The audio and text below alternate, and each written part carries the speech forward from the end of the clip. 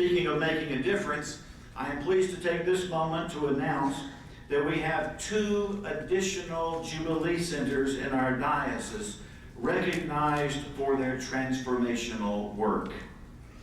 Adding to our already distinguished list of Jubilee Centers, the wider church has recognized the community outreach work of St. Thomas Church in Columbus and has recognized the partnership of the diocese within the diocese of more than 15 of our parishes with the work of Episcopal Migration Ministries, the church-wide agency that coordinates our efforts on the resettlement of refugees and other displaced persons.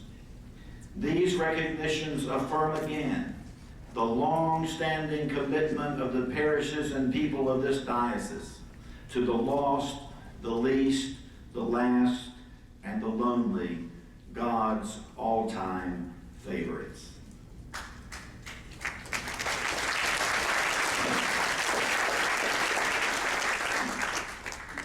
These wonderful things I have noted are only part of the story. We continue to be blessed by the growth of DEA, the Diocese of Atlanta Young Adults.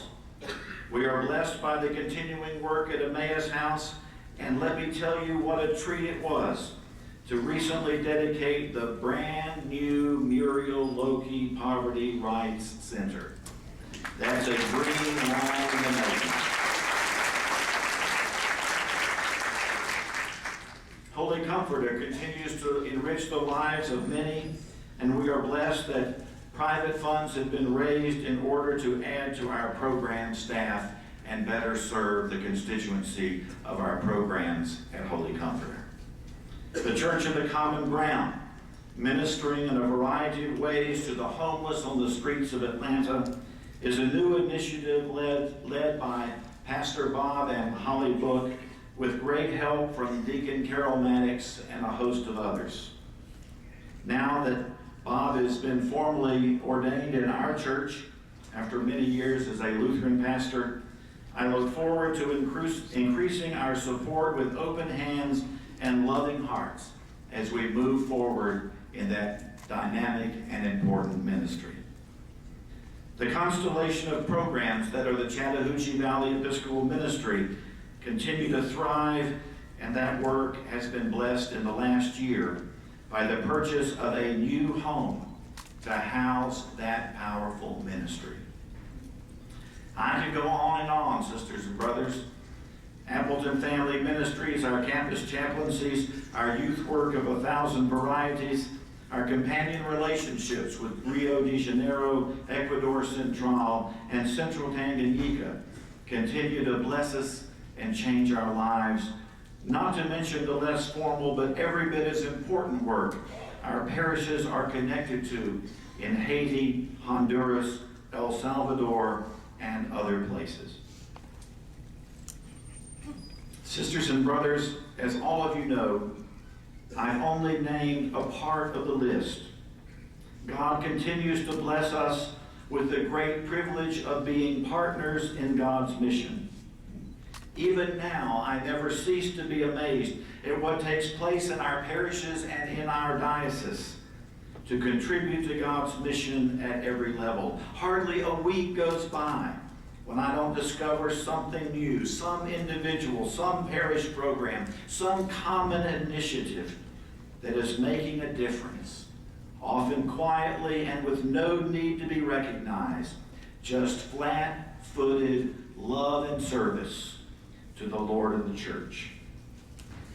To all those gathered here and across the diocese who are the tireless servants of the gospel of Jesus in our time and place, I want you to know that I am grateful to you for your faithfulness and thank God every day for your partnership with all the saints in God's mission. Let me turn now to a few brief comments on this summer's Lambeth Conference and my sense of things in the general church. I am sure I speak for Bishop Whitmore and our spouses when I express my gratitude for the privilege of attending the Lambeth Conference last summer. It was a long and at times arduous meeting. But it was also a time in which many gifts were given and received. The retreat led by Archbishop Rowan in the historic precincts of Canterbury Cathedral was for me the spiritual high point of the whole gathering. It was a delight to reconnect with bishops from around the communion, many of whom I have known for many years, as well as to meet and begin relationships with many others. This underscored my long-held conviction that Anglicanism, like Christianity itself, is before all else a finely woven tapestry of relationships with God and with each other. All of the other things you could say about us: a common prayer tradition, a theological tradition, a canonical tradition, a pastoral tradition, are all secondary in some sense to the first. We are who we are because we are in relationship with God and with each other. Before I left for Lambeth, I said to many that the best thing that could happen there would be nothing. And I am pleased to report that after 3 weeks of prayer, liturgy, Bible study, and conversation, there's not a lot to report. And that's as it should be, I believe. And it reflects the primary intentions of the Archbishop of Canterbury in his invitation to us.